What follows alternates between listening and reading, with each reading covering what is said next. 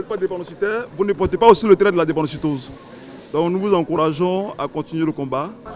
L'international footballeur ivoirien Wilfried Bony reçoit des mains du Dr Kofi Gustave, spécialiste d'hématologie, les résultats de son dépistage contre la drépanocytose reçus à l'occasion de la célébration de la journée mondiale de lutte contre cette pathologie. Wilfried Bony conseille aux populations le dépistage.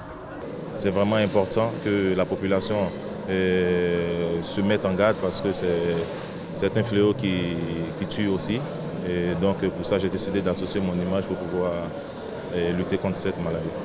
Une initiative de la Fondation LIA Vivre avec la drépanocytose qui a le soutien du ministère de la Santé et de l'Hygiène publique. Nous devons mettre essentiellement l'accent sur la prévention.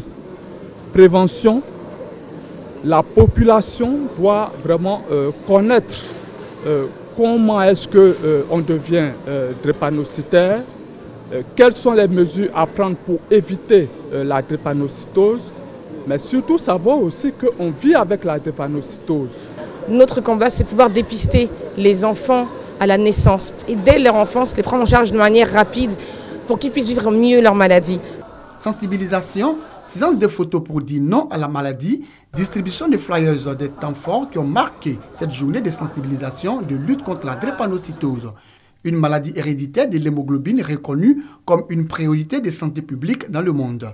Selon les statistiques du Centre de recherche et de lutte contre la drépanocytose, chaque année, le nombre de naissances de sujets atteints d'un symptôme drépanocytaire majeur varie entre 5 000 et 6 000 enfants qui ont besoin d'une prise en charge médicale spécifique.